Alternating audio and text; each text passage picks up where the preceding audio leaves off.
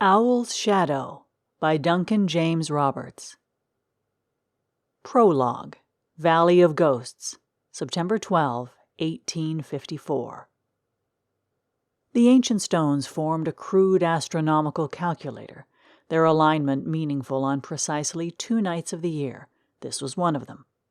Moonlight illuminated exactly half of each megalith, transforming the circle into a primitive calendar that most archaeologists would dismiss as coincidental erosion patterns. 12 figures occupied the formation, arranged with the geometric precision of people who took such matters seriously despite themselves. The September air held unnaturally still, as if normal atmospheric circulation had been temporarily suspended by mutual agreement. Ekaterina Volkovna knelt at the circle's center, her fingers tracing a pattern that resembled 2 overlapping hearts in the dry soil. Blood welled from her fingertips as she worked, absorbed instantly by the thirsty ground. Her silver owl pendant swung forward, occasionally catching moonlight with the reluctant gleam of well-polished metal. "The war comes tomorrow," she said without looking up. "British ships already visible from the southern cliffs. Their guns will speak at Alma Ridge by dawn." Elder Grigory Yemelyanovich acknowledged this with the minimal head movement of someone conserving energy for the long night ahead. At 76, he developed an economical relationship with unnecessary motion. A slight smile of vindication crossed his weathered face, finally proof of what he had foreseen for decades. "The Russians wait at Alma," he replied, "and we, as ever, are the field upon which others play their games." Around them, the other 10 remained silent, the remnants of a resistance that had once numbered in the hundreds. Each face bore the particular weariness that comes from witnessing the same historical pattern repeat itself across generations. "This war is different," Ekaterina said, completing her soil diagram. "It carries something else with it, something that walked these hills before any of us had names." A younger man near the western stone shifted his weight. "The Maquis." "What exactly does that mean for us now?" asked a woman at the eastern point, skepticism evident despite her carefully neutral tone. "Another legend to comfort us while foreigners decide our fate?" The word hung in the air, neither embraced nor rejected. The Tatars had survived centuries of occupation by maintaining a practical relationship with their folklore, neither believing nor disbelieving, but preserving the knowledge regardless. "2 hearts," said Elder Grigory, removing a small owl carving from his coat. "2 souls in 1 body. One passes naturally at death. The other remains, animating the corpse and manifesting at night as an owl." He placed the carving at the center of Ekaterina's diagram. The stone owl's eyes had been worn smooth by decades of handling, giving it a blind, oracular appearance. "My grandfather claimed the Maquis emerges in times of great bloodshed," the elder continued, "when the boundary between worlds thins."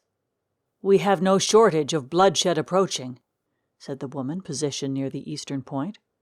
A distant owl's cry pierced the silence, sending a collective shiver through the gathering. Elder Grigory surveyed the group with the mild disappointment of a teacher whose students had missed an obvious connection. "The Maquis requires a vessel, someone born with 2 hearts, literally or figuratively, someone who bridges separate worlds." "And you've found such a person?" asked the woman. "No," said the elder. "But I've dreamed of one arriving, someone from across the salt sea, carrying dual natures without knowing it, a woman with healing hands and warrior's eyes." Ekaterina looked up from her completed diagram. "The old tales say a Maquis can feed on animal blood initially, but eventually requires human blood and entrails. They roam forests at night, returning with soil and blood beneath their fingernails." "Charming," muttered someone at the circle's edge. "The Maquis is not a benevolent spirit," Elder Grigory agreed. "It's a predator, but it preys on those who threaten the land. He gestured toward the northern horizon. "And something comes with this war that threatens us far more than British cannon or Russian cavalry." "You've seen it?" asked the western man. "I've dreamed it," corrected the elder. "Iron hands reaching into the soil, extracting something that does not belong to them. Our people becoming a memory." The group absorbed this with the particular stillness of people accustomed to interpreting omens. No birds called, no insects chirped. The silence extended until it became a presence itself, wrapping around the standing stones like fog.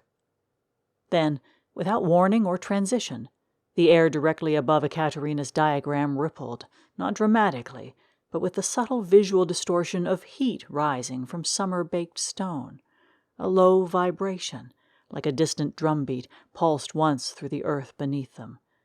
Nothing material manifested, yet each person present experienced the distinct impression of being observed by something large and predatory. "It acknowledges," Ekaterina whispered, her fingers reflexively touching her pendant. "There is more to this than our stories tell," said the elder quietly. "The oldest among my grandmother's people spoke of a time before separation, when the Maque was not alone, when it carried a second sound inside its silent chest." "What sound?" asked the woman from the eastern stone. "A rhythm from across the water, a heartbeat borrowed from another tradition." The elder's voice dropped lower. "The drum that woke the owl's blood." The distortion vanished as abruptly as it had appeared. Normal night sounds gradually resumed, a distant owl's call, the rustle of small nocturnal mammals in the underbrush. Elder Grigory exhaled slowly. "Now we wait," he said. "Watch for the one with two hearts. Observe how they change when they reach our soil." He reclaimed his carved owl, returning it to his coat pocket. "And prepare them for what they're becoming." The group dispersed with practiced efficiency, each person taking a different path from the valley. Only Ekaterina and the elder remained among the stones. "You truly believe she'll come? This two-hearted one?" Ekaterina asked, brushing soil from her hands, the small cuts already closing. "I know she will," replied the elder, with the particular certainty of a man who had verified his dreams against reality often enough to trust the correlation. "The blood spilled tomorrow will call to her second heart, though she won't understand what she's hearing."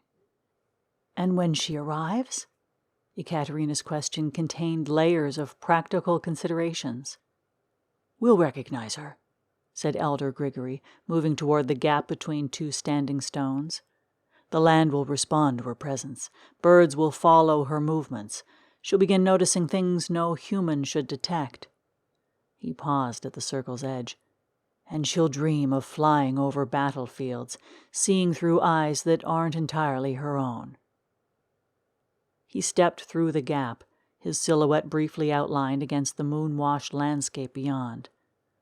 "The Maque awakens in blood, Ekaterina. We'd best hope this vessel is strong enough to contain what's coming. The ancient marriage of Crimean sight and island rhythm